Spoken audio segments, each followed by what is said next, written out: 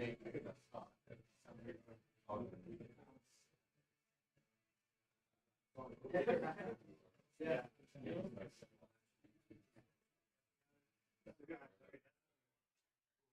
I think it's a cat.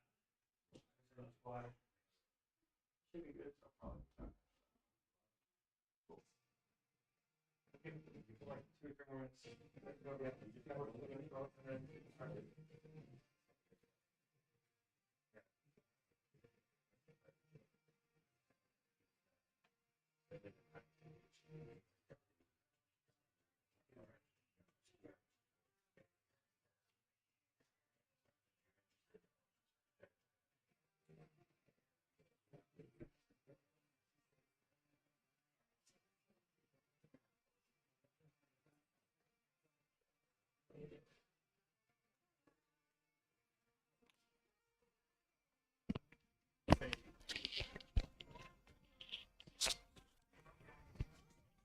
Hey, you wear this thing like this, right? All right. Dude, I know, dude. So I can dance up here? Yeah. I think the mic. I think it's good. Yeah.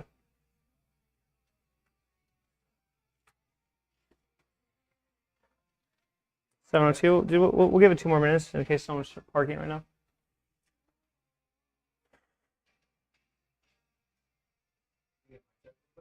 Testing, testing. I think it's good, huh? Yeah? We're in there like swimwear.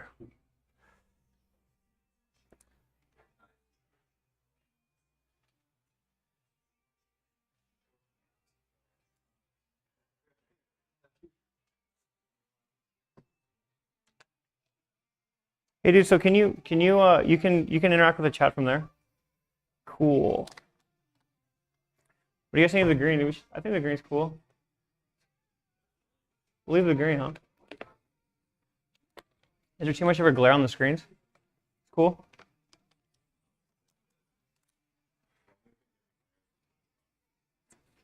What's up? Hey, what's up, dude? Welcome.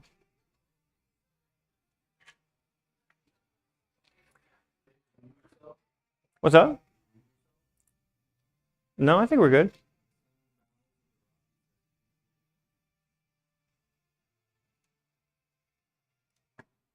All right, we'll test it out. Can you hear it now on the stream? If not, we'll fix it before we get started. Yeah, I think it's good, huh?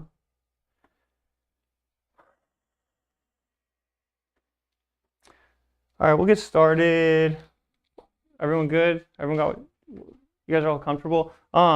We have before I start, we uploaded the PDF onto the YouTube channel in case I know the TV screens, they have these black bars right here, so it's hard to read some of the text. If you guys just want to put it up on your phone, you're more than welcome to. Was it 7:05? We'll get started, dude. Do you have the timer thingy-majigger? Cool. Yeah, we'll get started now. I think someone else is coming in now too, though. That's okay. Thanks everybody for coming. Thanks for taking the time out of your day to come to the Neo4ic retail store. I wanted to do a super fast class on something super simple because the last class that we did was building a brand with meaning, and I feel like we tried to cover a super big topic with a really short period of time, and it was just a lot for people to digest. So I thought that we would break it down, put it into something small, something simple that we can just go over for 30 minutes. It's way more digestible, and then we'd spend another 30 minutes afterwards if anybody has questions, if you want to talk about your projects, anything like that. I'm going to go really fast because there's a lot of things to cover in this just learning designing for a t-shirt. If I'm talking too fast, we can always go back and look at it. This stream will be up forever. Let's get started. So what we're going to talk about today is we're going to talk about the philosophy of why we make the shirts the way that we do, all the thought that goes into it before we even start designing. We're going to go in the planning process of making a Neo4ic shirt, and then we're going to talk about creating the art. We're not going to really break down the software or the type of software we use or the small nuanced ins and outs of the software. We're just going to talk about why we use the software and the significance of it. I'm going to share with you how we create our mockups and the importance of creating mockups that accurately represent the product. We're going to talk about the setting up the art that you create for print, and then we're going to talk about the final presentation of your art and why it's important. Put this PDF on for people. Okay, so I always start my talks with quotes. One of my favorite ones of all time is, "Art is how we decorate space. Music is how we decorate time." When we set out to make a Neo4ic t-shirt, we're decorating space all around us. And then we need to consider the common reasons why we're even making a t-shirt before we get started. The 4 main reasons that I think we make t-shirts is to express ourselves, to promote, to inform, and to connect with others. I think we can do just one of those things when we sit down to make a shirt, and that'll be fine. But I personally feel that great shirts, or shirts that sell really well, tend to do a combination of all of those things.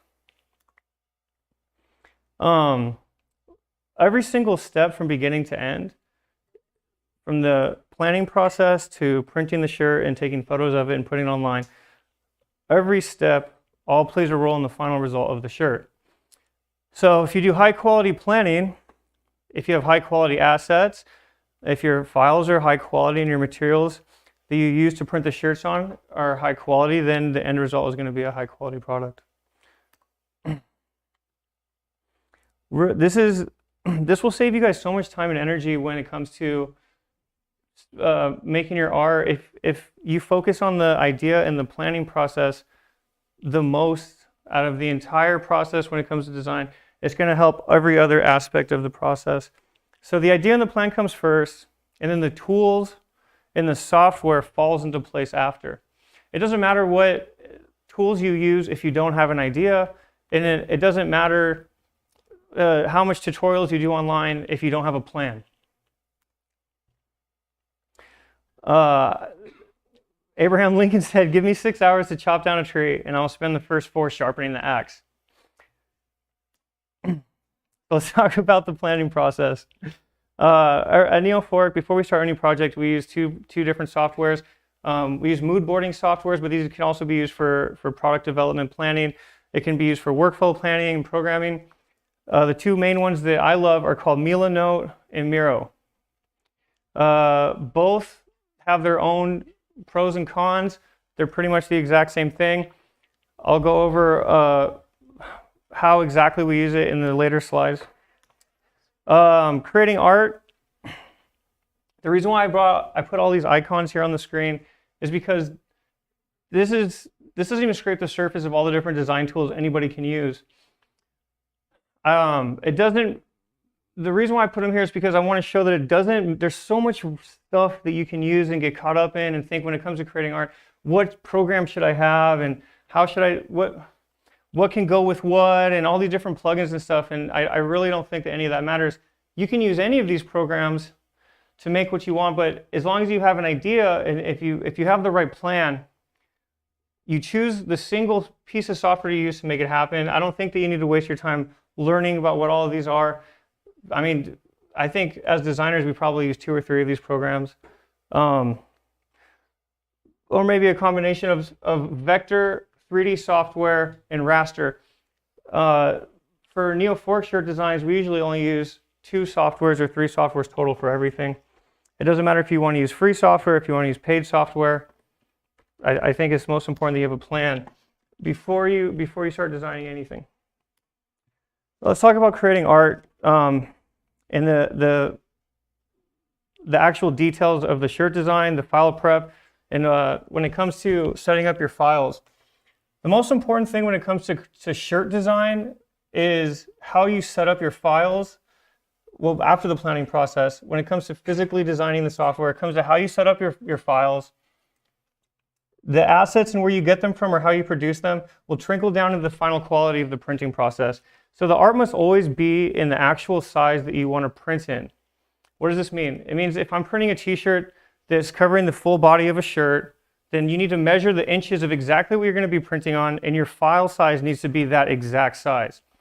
Some of the biggest mistakes designers make is they make things in smaller size and they try and resize it later, and it ruins the quality of the shirt, it ruins the quality of the design. Everybody that makes the high quality graphics, they're always designed in 300 DPI because it's the actual size for, in raster graphics, 300 DPI is the actual size of what you're seeing in the real world. When you're designing for print, you always need to make sure your canvas sizes are set up in inches. Don't make the mistake of thinking that you're designing in inches and you find out the whole time you're designing something in millimeters or centimeters, and then it ruins your whole entire project. When you sit down to make your shirt, you should already have the printing method in mind. So you're not gonna, if you're gonna make a sublimated shirt, then you're not gonna design your graphics set up for screen printing and vice versa. Think about how the shirt's gonna be decorated and how the graphics are gonna be marked on the shirt before you start making your art. When it comes to the art for the shirts, you also need to be thinking about how much it's gonna cost you to produce the shirts. A lot of people can say and they can make all these super crazy extravagant designs, but that's not how they're gonna get produced. Or it's not gonna be produced for the amount of money it's going to cost to produce the shirt doesn't make it worth it. So you need to think the less colors the better when you sit down to design your shirt. If you could use one color in one location and the shirt conveys the message that you're trying to convey, dude, you're gonna save a lot of money. When it comes to art for shirts, the less colors the better. Graphics, and this is super important, graphics should always consider the body and the physique of the body. The heavier the graphics, the heavier the feel, and you need to consider the placement of the graphics on the shirt for the presentation. On Neo4ic shirts, this seems like a small detail, but it actually goes a really, really, really long way. It's one of the most important parts of designing your Neo4ic shirt. When it comes to the graphics and the placement on the body, we always try to put the heaviest, widest part of the graphic on the highest part of the shirt. And the reason why is because it makes people look more broad, it complements their physique. And then as you go down the body, the graphics slim down and go lower because it really does shape the form on the shirt. One of the most important parts too that I see a lot of designers making these mistakes is they start to put their heavier graphics towards the stomach and the belly button area, and then they put circles and shapes on the nipple area of the shirts. And it's a really, really easy way to throw off your design and throw off the physique. I don't think anybody wants to look like they have a big belly popping out of their shirt because the graphics are heavy right there on the stomach. I can't emphasize this enough. And it's the same thing for the backs. People want to have broad tops of their backs, and they want to look slimmer as it goes down their bodies. So whenever you're putting your graphics on the shirt, think about the placement and how it's affecting the physique of the body.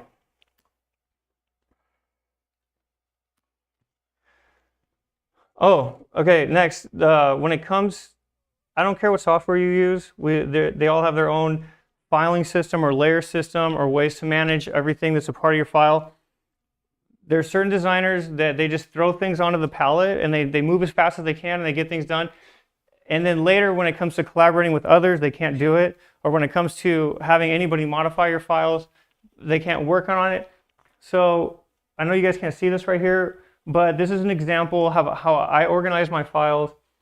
Every single layer is in its own group and is appropriately labeled, and everything is easy to find.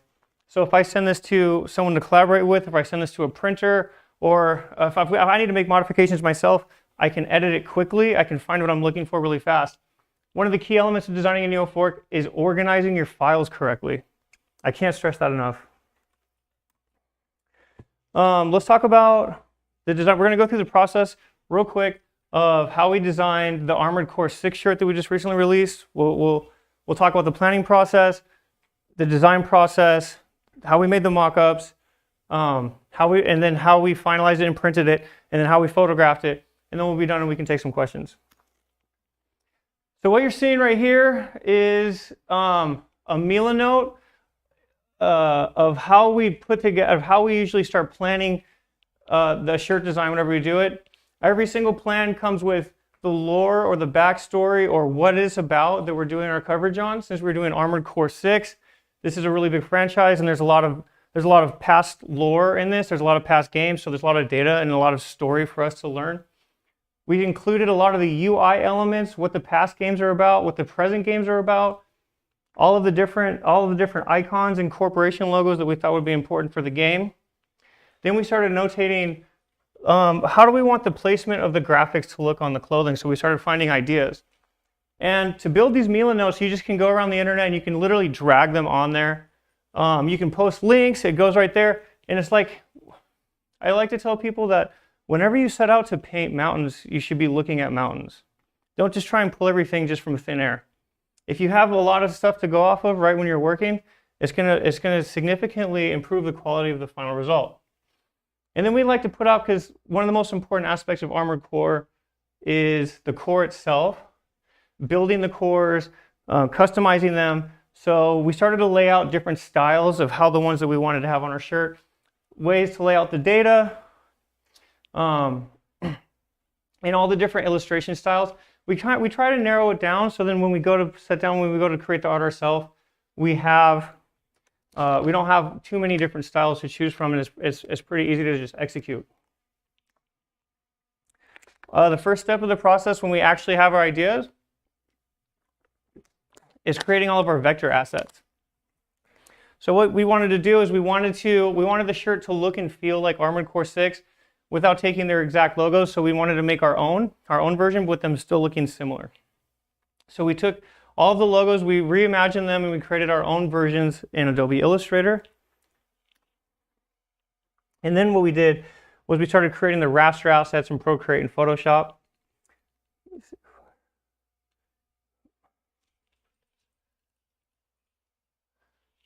Here's the process of AJ sketching out, going through the process of creating the core. This whole entire process, I think, was spent 16 hours total designing the core and designing the vector assets for this piece. After we got the final core design, we had to make the shirt feel like it was Armored Core. So we recreated the entire UI for Armored Core, and when you're playing the game, it feels cold. A lot of the elements are very minimal on the screen. There's not a lot of crazy flashing signage or iconography, and so we wanted the shirt to represent that.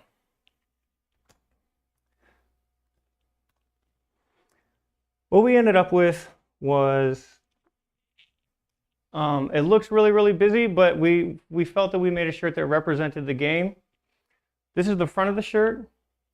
It is a mixture of data that we put together from the game, our own recreation of the slogan for the game, but we also wanted to make it feel like the interface as if when you're playing the video game, how it looks while you're playing the core. And then one of the main elements of the game is customizing your core.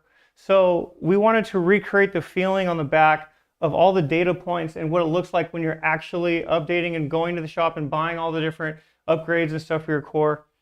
And then we wanted to tell the story of with all the iconography on the bottom. The most important in the icons that stood out to us that we love the most, we're going on the sleeves because they're the most seen pieces on the shirt. So once we finish the design, the second most important part of a Neo4ic shirt is how you present the shirt. If you look on our website, almost all the things that we sell, before we photograph them, we have 3D mockups. All of the 3D mockups that we make are based off of our actual shirts that we sell. All the measurements and the dimensions, we take each piece, we measure all the flat panels, we go into Marvelous Designer, and then we create every single piece in 3D form. Once we create the pieces in 3D form, we send it into a software called KeyShot. KeyShot is not a software for creating 3D objects, but it's a software for applying materials and decorating 3D objects.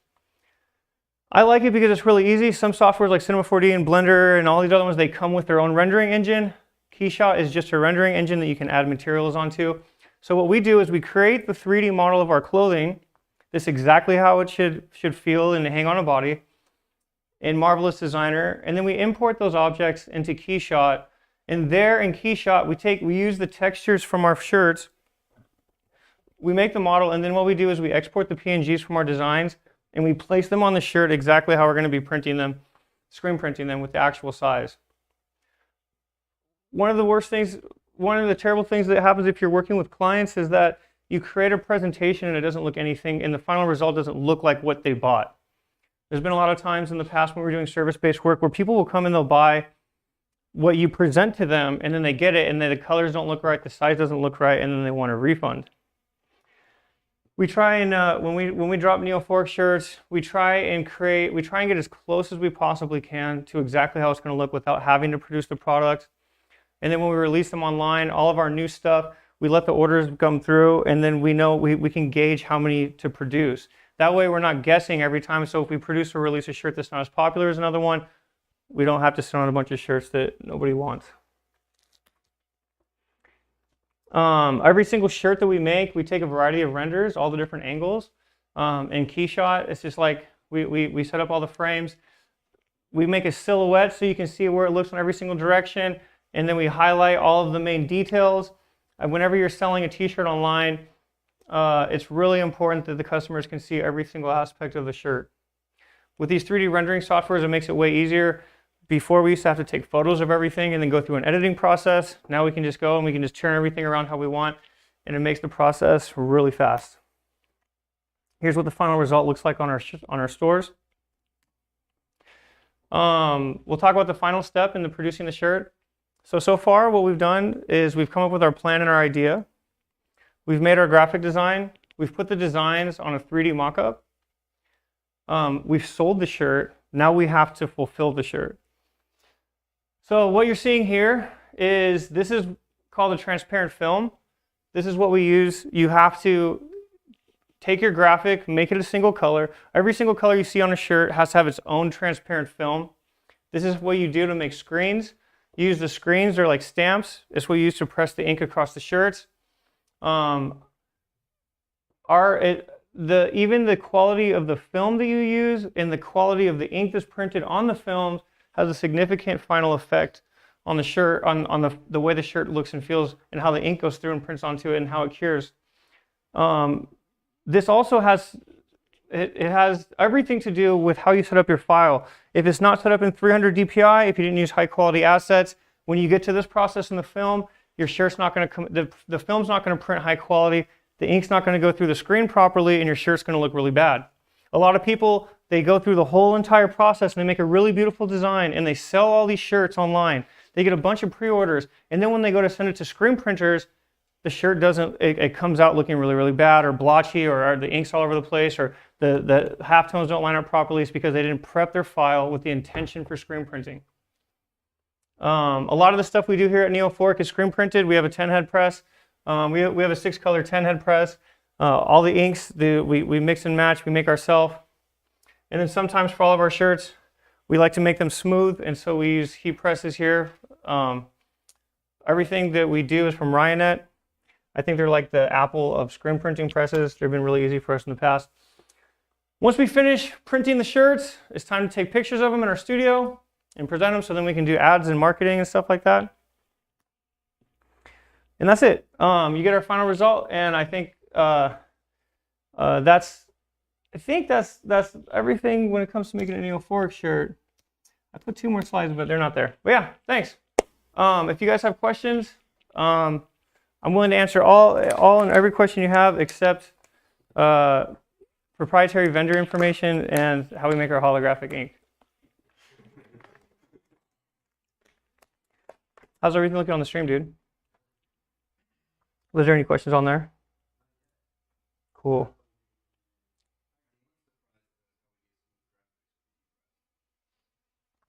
Yeah, the heat press is crazy, dude. It makes things really smooth, or you can apply all different types of vinyls on there if you want.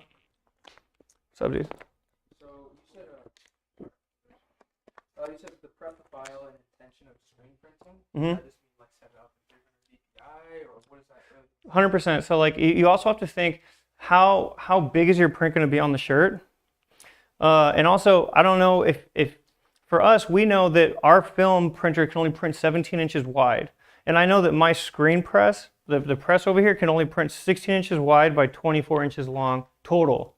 So if I'm making a design, I'm not going to make a 35-inch design for all over printing because I don't have the capabilities to do that.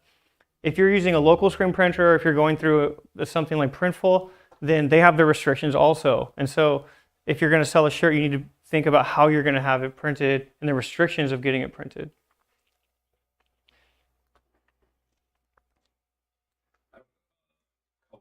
But just to start with, like the first one, I guess, when I thought it was interesting when looking at that shirt that you started out like with just all the individual assets like by themselves before you put anything on there. Like, is that super typical of how you guys make all your shirts, or do you ever like jam ideas designing straight into or onto a mock-up and like doing things that way, or is it more like you make everything first and then it's all just the message and then you place it later? So it varies because most of the time it's a lot easier to, if I say I know I'm gonna, for sure this asset's gonna be on the shirt, for sure we're gonna have a core, for sure we're gonna have these corporate logos on here, for sure we're gonna have the UI. I already know that. I don't know where they're gonna go or how they're gonna go. Then yeah, it's a lot easier to start making them first, and then later in the process we can start throwing them on and see how they fit on the body and see what changes we need to be made, instead of us just designing directly on the canvas and then trying to go back from there. I think, but so like once we figure out the arrangement of the things, which is the beginning of the process, like we make the core and then we make the assets, all of these other things that were around the frame, this is once we've solidified them on the design. Then we design and we can't go back from there.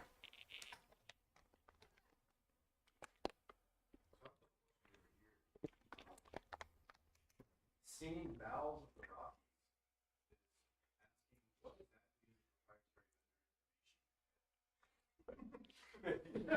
How do you make your holographic name, dude?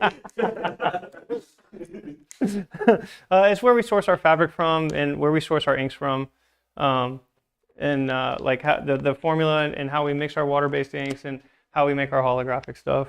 That's proprietary vendor information. Singing valves of the rock is also shared the type of ink, not the holographic, but just the regular like. Yeah, so the plastisol ink that we started using, it's kind of crazy, the process of the Neo4ic shirt. So when we started 3 years ago, we were using a whole ink system that was called discharge printing, and that's what we were with Damascus. Damascus was all discharge printing, and what that is when you use a chemical in the ink to bleach the fabric, and then when you wash the shirt, you don't feel the ink on the shirt. Our main focus was to create a shirt that was super comfortable but still have really loud graphics. And one of the main problems is when you put tons of screen printing on a shirt, the shirt feels super, super heavy. And so like when you get sweaty, you just have this thick ink on the shirt. And that's really bad when you use light fabric. So when we started Neo4ic, that was what we wanted to do, but I couldn't find a 100% cotton blank that we really liked, or I couldn't find one that was really, really black. So after a year of trying a bunch of different types of blanks, we found our current hypercloth blank, but it has 5% spandex in it, and you can't discharge that. You can only print ink that sits on top of the shirt, otherwise the fibers disintegrate. So we had to change our whole entire ink system. And so now we found a company, it's called 1Stroke. It's the most expensive plastisol ink that you can get, but it's one of the only inks that we found that is vibrant, it still is stretchy, it stretches with our fabric, and it's a low curing temperature so our shirts don't disintegrate. And it's a plastisol ink. We never thought we would do it because we used to do all water-based.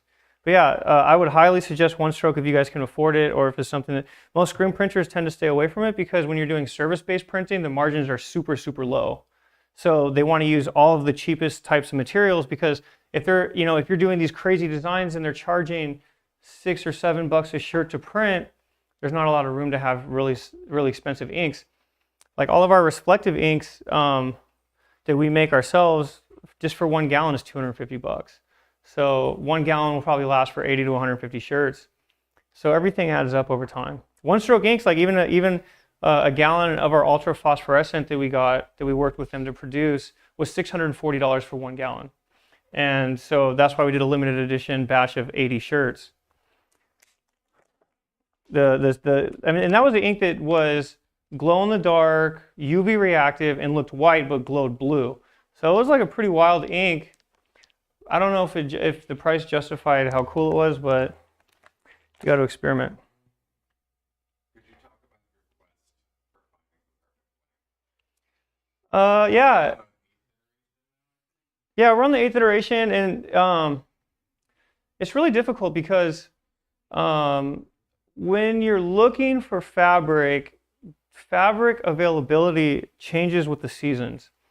And for the first few blanks, we were able to source a fabric in Peru that was at a decent price point, but what happened is they weren't able to provide it after a certain amount of volume or time. So the tough thing that happened is we got this really cool blank. They didn't share with us that there was a limited quantity, and so we released the product. And then right when we needed to buy more, they shared with us that we don't have access to it. So then we had to go look for something of the same quality, because what you don't want to do is your community starts to love a certain type of blank, and then when they buy a shirt, they get something completely different and they're thrown off guard and they're not used to your brand. So finally, after 2.5 years, we found a source that claims that the dyeing process will be reliable, they won't get shut down, the fabric will be infinitely available supposedly, and so we've decided to put all our eggs in that basket, and that's why we have Hypercloth version 8. Yeah, it's wild. And so I'll further elaborate. So the sourcing goes, you source the fabric, then the fabric goes to a dye house, then the dye house goes to a sew house. The sew house sews everything up, and then we get the product after it's sewed up, and then we have to embellish it. So there's been times when we found out that the dye that was used for our new version 4 fabric conflicted with the curing process of the ink. And then we printed 300 shirts and we shipped them out to all of our customers, and then the ink washed off the shirt. But it was something that happened after the first or second wash, and our wash test didn't show that.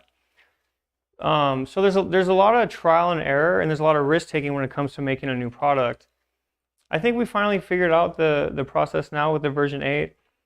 And I would say if anyone were going to go through the whole process, if your volume isn't high enough, then you should always go with something that's been pre-made and tested, and not going your own custom route, because it's way less risk and it's way less investment up front. A lot of people want to go through the process of producing their own custom line of clothing, but they don't have the volume or the demand to support it. So what you see happening is they go through the whole entire process of refining their own blank and creating their own custom stuff, and then they order 300 to 500 pieces or whatever, and then they don't have the demand to sell it. So it's loss of money, and that's one of the hard problems to solve if you're starting a brand, or if you're selling a t-shirt, if you're a touring artist, is do I go the pre-made blank route and have a screen printer make my shirt and have a designer source my stuff, or do I try and do everything myself? And the hard part is to get past that gap. You're either going to be not enough, or you're either going to be high demand, and then it's too late because you're selling a low quality product. So you kind of want to just slowly trickle in from selling blank pre-made stuff, saving money, doing it the right way, and then right when the demand starts to go up a little bit, plan ahead of time, and then have something working so you can transition to a higher quality brand when the demand is really high. It's kind of like it's a juggling act. Mm-hmm.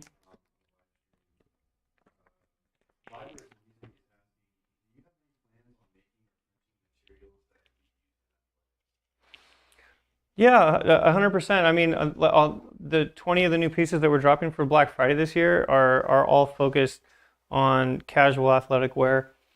A lot of it is like we're using nylons and polyesters and a lot of performance materials like that.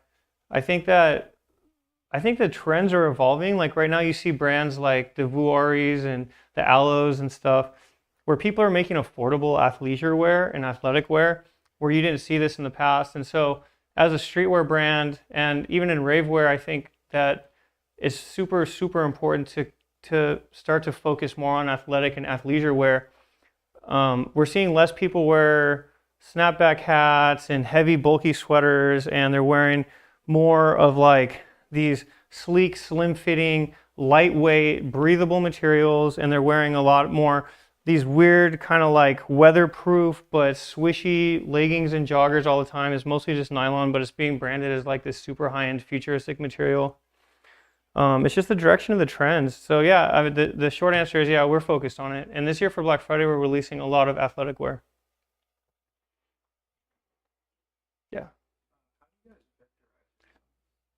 We don't vectorize designs, we just make them in vector. So there's two ways to do it, what you're describing. So let's say that I have a picture of something. You can just put it into Illustrator and you can just learn how to trace over things. That's the easiest way to do it. But the way that we do it at Neo4ic is we know that we have to make a vector, and so we start with the vector. We just create it from scratch in Adobe Illustrator. So when you're in No, it is a vector. So Adobe Illustrator is a software that specifically makes vector only. Photoshop is a software, it's called a raster software. So Photoshop uses pixels, and the pixels are exact and you can't scale them. Adobe Illustrator doesn't have pixels. So if everything that you make in Adobe Illustrator is called a vector graphic. So it doesn't matter what effect or anything you do in there, it's automatically going to be a vector no matter what. So on Photoshop, how do you Well, you don't vectorize it in Photoshop. Yeah, but you know what, dude? If you want, so what I do, if you really want to make like lines and shapes and like sacred geometry and like stuff like that, then just make things using the shape tool in Photoshop. Photoshop has its own little miniature vector that you can use that you can infinitely scale, and it's called the shape tools. So if you ever want to do that, just work exclusively with shape tools in Photoshop, and then you don't have to worry about scaling, and then you can move those directly into Adobe Illustrator. I mean, I can't wait to the day where we just have a software that just does everything in one. Like, we should have that by now, but if you want to do scalable graphics in Photoshop, then they all have to be vector shapes, and you have to use the shape tool for that. This isn't super technical, but I was wondering if you could just sort of talk about, like, in general, how you and your team sort of decide what to work on next, because, you know, I've obviously been following you for a while, and you put out so much shit, and like sometimes it sounds like, you know, with like the athleisure thing, it's like there's kind of like a trend that you might be trying to ride, or something that's like culture focused, like Armored Core thing, and then you have your own stuff that it seems like you just randomly thought of. Like, what is the process for you guys internally when you're just like, what should we make next? Like, how does that sort of work for the company and planning and all of that, sort of what you're talking about at the very beginning of the presentation? Yeah, so it's a constant balancing act. So basically, when we sit to design, you have to think, we have to be sensitive to what we have available to us, what we've produced in the past, and what we think we should be producing based on the season and what's trending. We take all these into consideration. So, for example, for Black Friday, the most important thing is to release all of your original pieces because people are shopping for the rest of the year. There's two categories. Original pieces like our outerwear, our pants, our custom things that we make. This is the higher priced items, and it takes a long time to produce them. And so we'll be focusing on these slowly in the background, chipping away at them. And then the shirts are a fast-paced, easy to turn around marketing tool. And they also build awareness. And they also are something that we can release very quickly. So we need to have a balance of these things. We can't just have just t-shirts, and we can't just have just releasing outerwear. Or maybe we can, some brands do that. But when we sit down to design, we take into consideration, okay, so it's been 2 months, we haven't released any original products. Do we have any of those that we're currently working on? Oh, we see that right now we also have conversations and deals in the pipeline where we already have things planned out in the future with bigger artists or music festivals or other brands that we're going to be working with. So we need to take that into consideration. And then we're like, oh, so we've released a series for these Pokemon shirts, but what about the Digimon fans? Or what about the Magic the Gathering fans? Or what about the Yu-Gi-Oh fans? So this opens up a whole new door to a bunch of things. And then we're like, oh, well, we released a Halo shirt, but what about the people that don't play Halo, but they still like those kinds of games? There's always an internal dialogue going on with all of us, and we're asking, what are we doing? And then there's reactionary things that we do that are very on the fly and spur of the moment. For example, when we had Damascus Apparel, we were just releasing just whatever we wanted, designs that we were feeling in our collaborations, but then all of a sudden Pokemon Go was the biggest trend on planet Earth. And in 1 week or a few days, we saw everybody was like, the whole planet was talking about Pokemon Go. So we were like, oh, we have the ability to sit here and print shirts in-house. Why don't we just go and design our own take on the Pokemon Go teams? So we did it. We spent 72 hours just at the warehouse designing the shirts, We released 3 Pokemon Go shirts in the height and the peak of the trend when everybody was talking about it, and we ended up selling over $100,000 of Pokemon Go shirts in 5 days. So there is also a reactionary element to things. It's not just like planning things out in advance. It's a constant evaluation and thinking and talking and stuff. Like we did the Pokemon shirt where we were like, dude, we want to sell a shirt that isn't just the graphic of the thing. Like, what else can we do that makes the shirt special? What else can we add to our customers or do that nobody else is doing? And we're like, dude, so Pokemon shirts, what's like the most important part of Pokemon is the cards, you know? And so we're like, dude, if we're making a Pokemon shirt, wouldn't it be cool? You know, everybody, like, they just cherish their first edition Charizard or whatever rare card they get. So we're like, dude, how much extra or how much energy would it take for us to make our own custom Neo4 Pokemon cards and then include that with the shirt just as a gift? And we did do that. We did the Mega Gengar shirt and we sold 1,500 of those shirts in like 6 days. And it was something new. And so that opens up a whole new avenue for us to say, okay, well, there's something here. So maybe we should make more Pokemon shirts. And so then we start going down that path and evaluating that. So it's just this constant fluctuation of going with the wind, is changing we have to be flexible. You have to always be willing to see what we did when we did something wrong, but also be willing to take risks. So the short answer is that there's a bunch of different things conversations happening at one time. And we always have things going. So right now we have 55 original pieces that we're working on for Black Friday to release. But then we also have shirts. We have 5 of these new Valorant shirts that we're releasing next week that we've been working on. And then we have 3 more other projects that we're working on for the winter. And then we're collaborating with some other music festivals. This is all happening at one time. So right now it's very reactionary. Awesome answer. One second. You suggest a way to like research manufacturing processes before you actually start like picking a way to produce them. So like when you're actually doing the design, you know like what the capabilities are of the different available, the different ways to screen print. Yeah, of course. The research process, I mean, it all comes down to like what you're doing and how involved you are in things. So if you are heavily involved in printing, there's screen printers out there or people that are going to want to interact with you and share with you these things. If you're just trying to find things out on your own to do it, that's going to be a lot harder to do because people don't want to share information with you if they don't have a reason to. That's just how life is, unfortunately. But it's when it comes to how things are done and how you can get them done, at the end of the day, it comes down to what are you trying to do and why are you doing it. And people are usually more likely to share with you these things if there's something in it for them, which is the sad truth of things, you know. But just when it comes to research yourself, I think just like anything in life, when you start knocking on the door, you don't see anything, but if you start looking, things just start appearing for you that you didn't realize were there. You know, I never thought that we'd be able to make holographic, like any type of holographic embellishments on our shirts. When we first started the first year, we tried to make our own clear base with the same chemicals they use for nail polish, the nail polish aluminum that are used for chameleon ink on nails, and we mixed that chemical with our clear base and we printed that on shirts trying to make chameleon ink.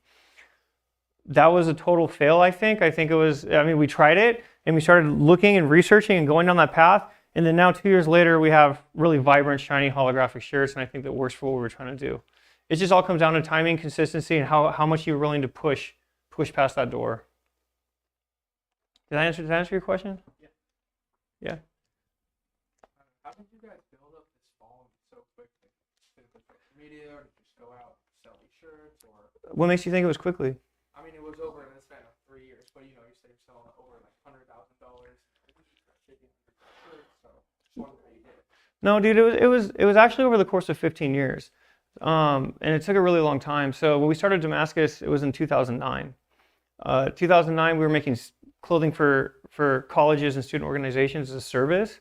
And over that time, that's how we learned how to do what we do. And then we started Damascus, the brand, in 2015. And there was 0 people following the brand. Nobody knew who we are. So what I had to do was go and email.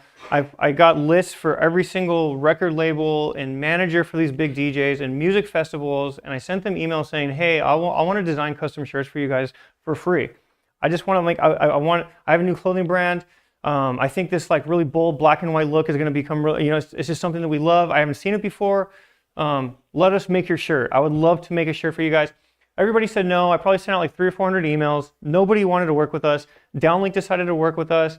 Once Downlink decided to work with us in the bass scene, all of a sudden other bass DJs, they started hitting us up. This is when we started to gain our identity and started to gain traction. This is when people started to follow our brand. This is when we started to get likes on Facebook. So fast forward 3 years, 2018. Damascus was at its peak. We had customers. We had a mailing list. And then my business partner and I, we couldn't get along, so we had to step away from the brand. I had to step away from everything, but I still had my social reputation. And I still had the ability to share on Damascus's social media that I was leaving. And this was an opportunity to bring people that were willing or who cared to Neo4ic. So in the beginning, we started off on zero everything. And then we got a few subscribers on our mailing list. And then we started just slowly posting again and slowly designing new shirts and slowly sending out mailers, and more people started subscribing from scratch. And so that was in 2019. It's 2023 now. So I think it was over the course of a long time, but the short answer would be just start doing it. And if you have something that people can connect with, if it resonates with the community, they're going to naturally gravitate towards what you're doing, and then you're going to be able to communicate with them. You're going to be able to sell to them. You're going to be able to share stuff. Like with Neo4ic, to go back to his question, another reason why we choose to go into different categories with our art is because we want to speak to different audiences. We don't want to just keep on beating down on the same topics that we enjoy. We want to explore, and we want to reach people that don't know about Neo4ic, and we can do that by reaching into new categories. So it's a slow grind, dude. Every single day. It's like literally every single day, win one person at a time, one customer at a time. One of the downfalls of you see people when they start a brand or they start a music career or whatever it may be is they think that the energy in the community of their local friends and family is a sign that they're going to be able to build their brand out past that. But it's very misleading. So the hard thing to do is to grow your brand or vision or whatever it is past the shore break of your family and friends. And then once you get into outside past the waves, there's a whole entire market and industry of people that have done the same thing. And they're also creating really awesome products, and they're also doing really dope stuff. Now this is who you're competing against, and this is who people are buying from. So once you get to that point, and this probably is going to take a while, once you get to that point, then you have to figure out how to survive and then outpace them. So it's a slow grind, dude, and especially in 2023, getting people's attention is ridiculously hard. That's like all we see. We're bombarded 24/7.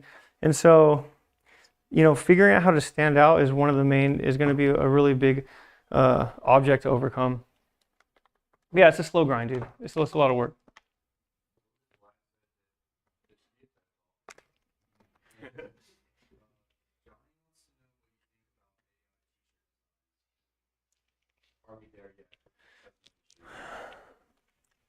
That's a good question. I think that just like anything, I think that people are just like anything. AI is a tool.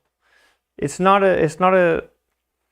something that we should rely on or something that we should skip any of the process that we talked about today. I think what we want as human beings is we want to be able to communicate with a computer, and then the computer solves our problems for us. But the thing is this: I think that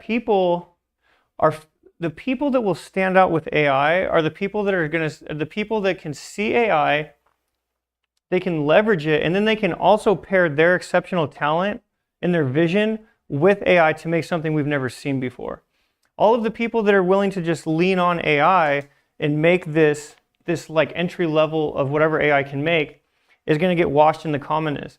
But the people that have spent time to learn their craft and become exceptional and do their 10,000 hours, then they're going to pair that with AI. You're going to make explosively awesome things that we haven't seen before.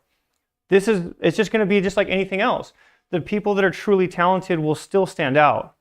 The people that just leverage the basicsness of AI are this all going to look the same. Now, I'm really excited that anybody on any entry level can pick up AI and make things look really cool. Because what you're going to see happening is you're going to see all of our signs around our local cities, all of our menu systems, all of our stuff, it's just all going to grow in how cool it looks because anybody can make it look cool. So it's going to naturally beautify things for us, but also at the same time, the bar is being set a lot higher. Do I think that AI is going to make t-shirts? Yeah, dude, there is, but like there's also a lot of low-hanging fruit that people don't buy already.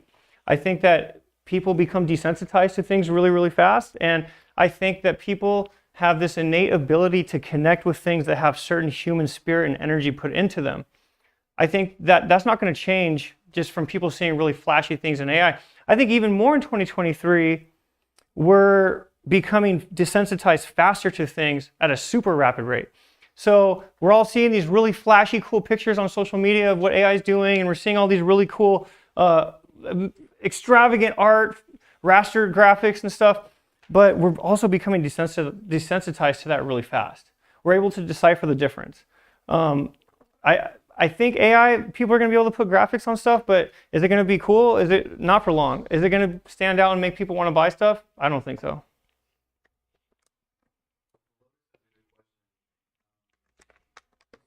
The growth that he's seen from the masses, Neo4ic, is incredible and inspiring. But he wants to know, what lessons do you feel you've taken from the beginning to where you are now? There's so many. There's so many. I think that one of the most important lessons is that you need to have a willingness to continue through failure and mistakes. You need to be able to push forward because by default, anything that you do that's meaningful in this world, you're going to face resistance. And one of the hardest lessons I've learned is that everything doesn't work out according to your plan. So as soon as you start thinking and embracing the tribulations and the mistakes that you make, that's when you start growing faster.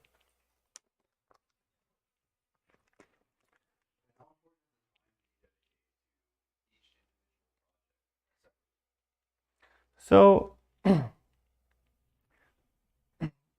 we'll answer questions for a couple more minutes. This is a weird phenomenon that happens when you commit a lot of time and energy to something that you're passionate about. The beginning of it is very unknown, and you have to take a lot of time to figure out how to use the software or the nuanced things of how the hardware prints, or there's a million different things. But the more you do it, the more it becomes habit. And the more you refine your own process, and it makes it a lot easier to start moving through things very quickly. The more time you spend in something, the more second nature it becomes. So if you spend all day doing something, go to bed, wake up, and just spend all day doing it again, within a year, you're going to be light years past when you first started, and you're going to be able to produce material, solve problems at an exponentially faster rate than if you were just doing it as a hobby. I think the 10,000 hour rule thing is a real thing. I think that if you spend 10,000 hours in your craft, then you're going to be really, really good. You're going to be Beethoven at it. But the most important reason why we spend time in our craft is so we can solve problems really fast and move at a fast pace and produce things and output things at a really fast pace. In 2023, there's this river going past everyone, is social media, and everyone's standing on each side of the river, and they're all throwing things in as fast as they can. And we're all watching all the things go past us really fast. And some of them are bigger and shinier, and some of them are really small. And we see some of them, we like to see it, but it all goes by really fast and we forget about it. A lot of the people that stand out are the ones that are able to produce the bigger, shinier things at a faster rate, and they go down the river and people start noticing them more. So I think it's really important how fast we're able to produce content, but also high quality content. And you're able to do that by spending a lot of time on it. Do you foresee Neo4ic ever collaborating with any other brands? Absolutely. Yeah, absolutely. I think that collaboration is crucial, dude, because you get to share ideas with people, and you get to do things with people that you can't do. And so it makes us able to bring products to the world that are typically better than what we were able to do ourselves. So collaboration is crucial. I don't think that we've gotten to the point in our fashion that has gained us enough reputation to collaborate with many bigger fashion houses. But I think down in the long line, if it happens naturally in the right way, I think we're willing to do that.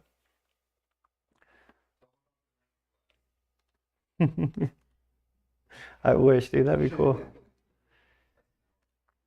Cool. Anything else?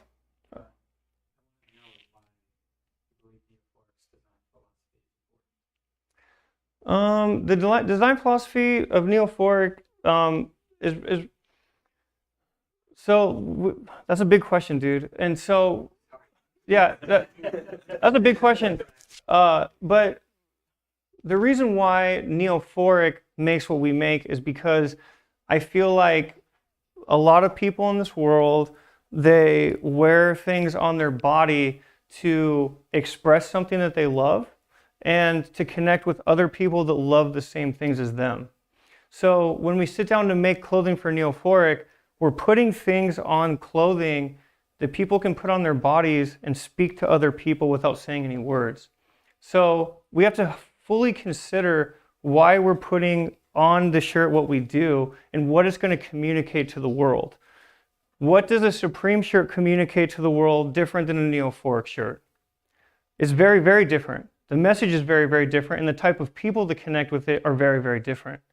So when our design philosophy takes into consideration the type of person that we want to wear the shirt, what they've been through, who they are, where they're going, and what they're trying to say to the world. On top of that, we're also channeling what we personally love ourselves into the art, because we have to dump our souls and our spirit without the concern of others, so it's a really hard balancing act. But once you can find a flow in that, then you get a result that people can feel. So I think that philosophy, that design philosophy is very common. Being able to channel the things that you love and communicate that through your art and your craft, I think that's an element that's required to speak to others. Did that answer your question? Cool. Anything else? Cool, guys. We did it. Thank you. I appreciate it. Thank you for coming. It was just under an hour. Not bad, dude. Yeah. Oh yeah, I wanted to say this. Oh yeah, everybody that came today, as a gift, if you guys would like, I wanted to give you all a Neo4ic shirt as a thank you for coming. So feel free to pick out whatever shirt you want. Yeah, you're welcome. Oprah Winfrey style, dude. Yeah.